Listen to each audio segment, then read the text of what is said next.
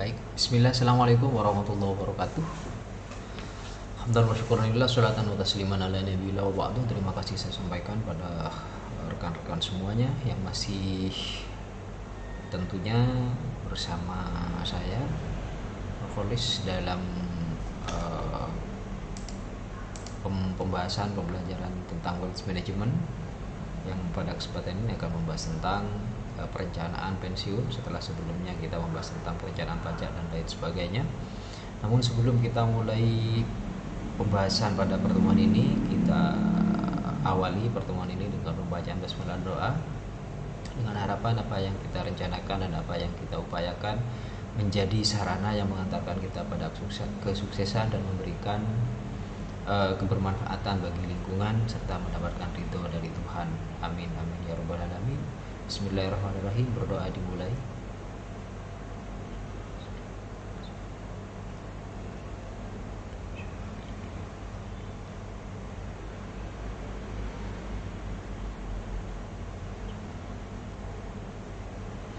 Berdoa selesai. Baik rekan-rekan semua, kita akan membahas tentang perencanaan pensiun. Tentunya kita memiliki batas usia produktif, kita memiliki kekuatan yang produktif, kita juga memiliki batas dari kesehatan yang dalam kehidupan kita. Nah, oleh karena itu sebelum kita memasuki masa-masa tersebut, kita harus menyiapkan diri. Nah, masa-masa tersebut lebih dikenal dengan masa-masa pensiun. Nah, tentunya pada saat kita pensiun tidak ingin kita menjadi beban bagi lingkungan kita, menjadi keluarga sekitar kita. Kemudian apalagi kalau misalnya dari sisi keuangan dan kesehatan, ini juga menjadi hal yang dibicarakan dalam konsep wealth management, yaitu pembahasannya ada pada bab perencanaan pensiun. Nah, pada kesempatan ini apa saja yang akan dibahas dalam konsep wealth management perencanaan pensiun? Yang pertama, konsep dan urgensinya, kemudian menetapkan tujuan pensiun, kemudian proyeksi kebutuhan dana saat pensiun, strategi akumulasinya, kemudian instrumen pendukungnya, distribusi dan penarikan dana, kemudian studi kasus perhitungannya, kemudian analisis sensitivitasnya, kemudian checklistnya, dan tindak lanjut dari apa yang sudah kita rencanakan pada konsep perencanaan pensiun tersebut. Selanjutnya dari sisi konsep dan urgensinya, pertanyaan sederhana, kenapa perencanaan pensiun itu sangat penting, gitu kan? Karena pada saat seseorang itu sudah tidak produktif lagi atau sudah pensiun, itu ada beberapa hal yang memang harus direncanakan. Sebab pada masa-masa ini itu ada banyak risiko yang akan dihadapi, sehingga perencanaan pensiun ini bertujuan untuk merancang sumber dana yang akan digunakan untuk menjaga gaya hidup saat seseorang itu tidak produktif kembali. Nah, apa saja risiko utama yang akan dihadapi saat usia itu sudah tidak produktif lagi? Yang pertama misalnya risiko risiko kekurangan dana ya. Nah, pada saat tidak produktif lagi itu seseorang tidak memiliki penghasilan tetap ya. Risiko yang paling besar adalah kehabisan uang untuk mencukupi kebutuhan dasar seperti kebutuhan hidup, kebutuhan makan minum, atau kebutuhan perawatan, atau bisa terjadi jika perencanaan pensiun itu tidak memadai atau pengeluaran itu sudah melebihi estimasi. Nah, kemudian yang kedua itu risiko inflasi, yaitu nilai uang menurun setiap tahun. Nah, jika dana pensiun tidak dikelola dengan baik dan benar, maka nilainya bisa terus tergerus oleh inflasi itu. Kemudian risiko yang selanjutnya adalah risiko kesehatan. Nah, ketika risiko kesehatan itu menimpa seseorang, yang jelas biaya pengobatannya juga naik. Nah, seiring bertambahnya usia yang kita lalui, kesehatan itu cenderung menurun. Dan tentunya biaya pengobatan semakin hari semakin meningkat. Oleh karena itu, salah satu transfer risiko di pertemuan sebelumnya adalah dengan adanya asuransi. Nah, tanpa asuransi atau dana darurat bisa saja menguras tabungan yang kita miliki, sehingga ini juga harus masuk pada agenda perencanaan dana pensiun. Kemudian risiko umur panjang atau longevity risk, artinya apa yang sudah kita sediakan sebelumnya itu lebih panjang lebih sedikit dibandingkan dengan usia yang kita lalui. Oke. Dan masih banyak risiko-risiko lainnya yang akan dihadapi pada saat kita pensiun. Nah, early start. Early start apa itu early start? Early start adalah memulai perencanaan dan persiapan keuangan sejak dini, terutama untuk memastikan tujuan jangka panjang seperti pensiun. Nah, dalam konteks perencanaan pensiun, early start artinya mulai menabung dan berinvestasi sedini mungkin ya. Idealnya sejak awal karir, bahkan sejak penghasilan pertama. Pentingnya early start, salah satunya adalah waktu adalah aset yang paling besar, sehingga semakin lama waktu yang dimiliki, maka semakin besar efek bunga majmuknya atau compoundingnya, sehingga uang yang diinvestasikan lebih awal itu pertumbuhannya jauh lebih besar dibanding uang yang disetor dalam jumlah besar di usia tua. Kemudian yang kedua, setoran bulanan bisa lebih ringan, kemudian lebih bebas memilih instrumen investasi. Yang jelas yang paling penting adalah menghindari penyesalan di hari tua ketika kita sudah menjelang pensiun. Nah, selanjutnya adalah menetapkan tujuan pensiun.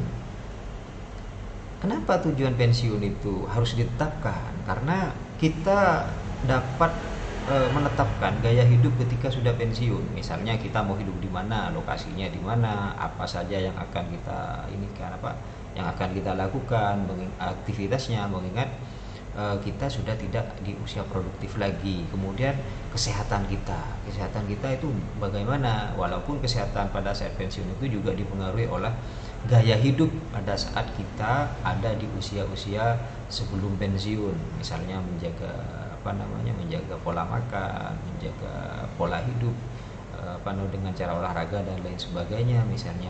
Kemudian konversi gaya hidup, yaitu mengestimasikan biaya bulanan pada saat ini, sehingga kita punya saving gitu kan, punya tabungan lah untuk digunakan pada saat pensiun nanti.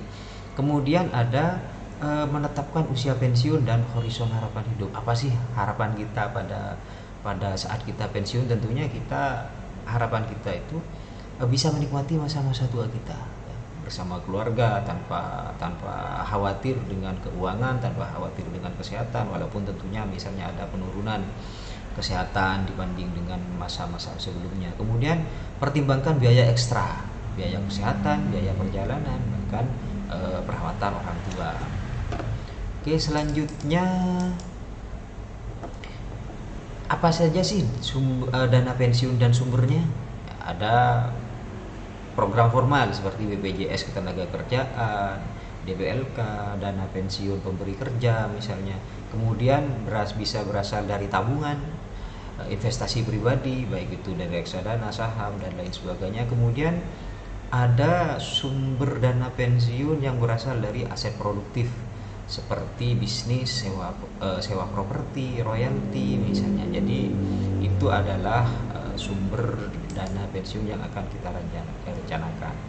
Kemudian ada metodologi proyeksi kebutuhan, yaitu mengestimasikan kebutuhan hidup bulanan saat ini, kemudian inflasikan ke tahun pensiun atau future value, kemudian mengkonversikan ke kebutuhan tahunan pertama masa pensiun, kemudian hitung nilai sekarang berapa, kemudian durasi pensiunnya itu berapa lama, kemudian nilai uang yang sekarang kalau dikonversikan ke masa yang akan datang itu berapa.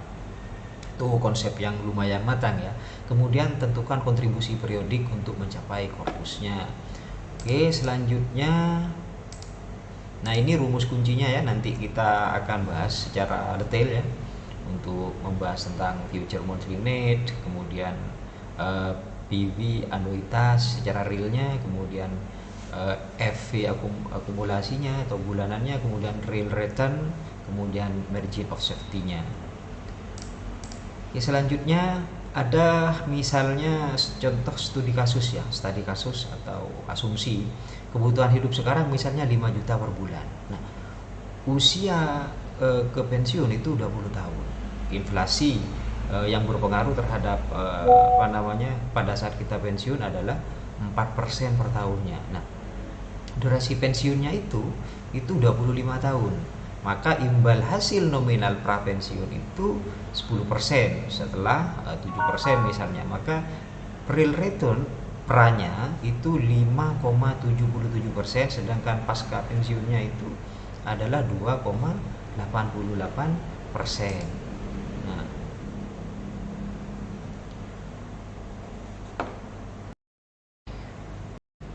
Nah, untuk menganalisis sensitivitas inflasi atau variasi inflasi itu mempengaruhi kebutuhan dan korpus. Misalnya inflasinya 3%, maka future need-nya per bulan itu 9 juta, misalnya 9 juta 30.556, maka recurrent korpusnya itu sama dengan 1.700.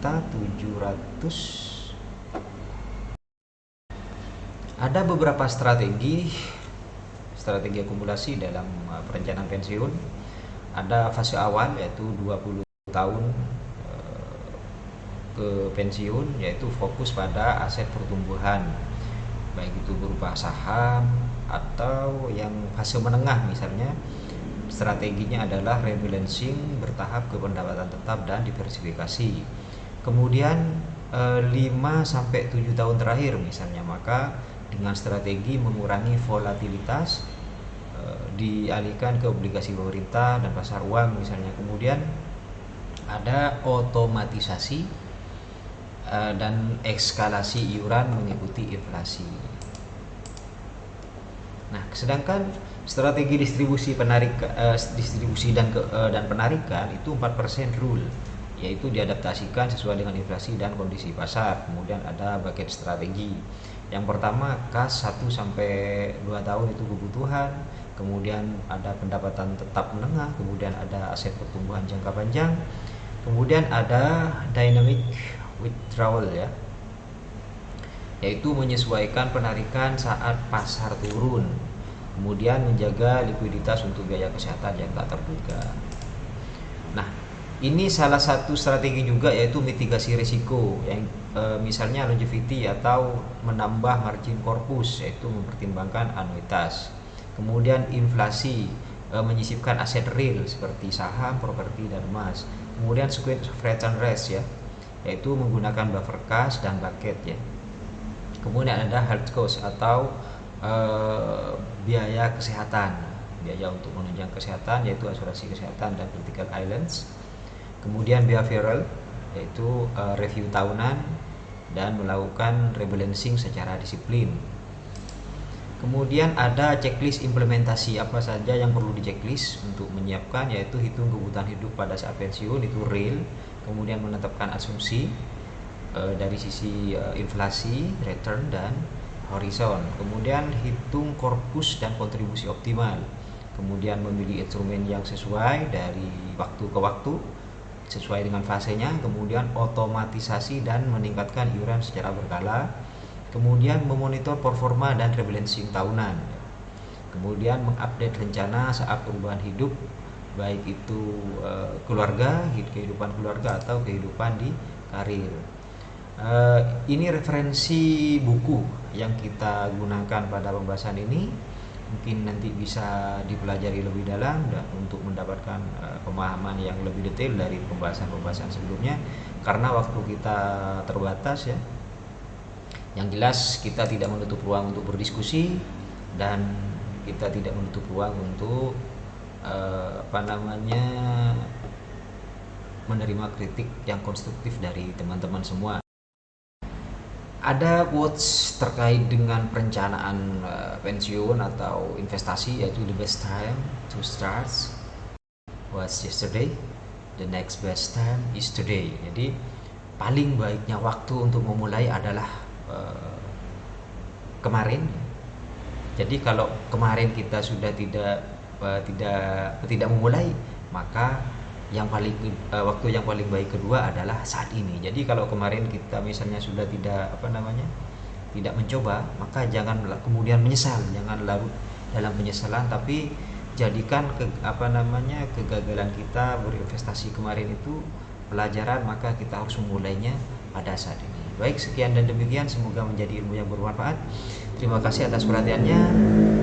Assalamualaikum warahmatullahi wabarakatuh.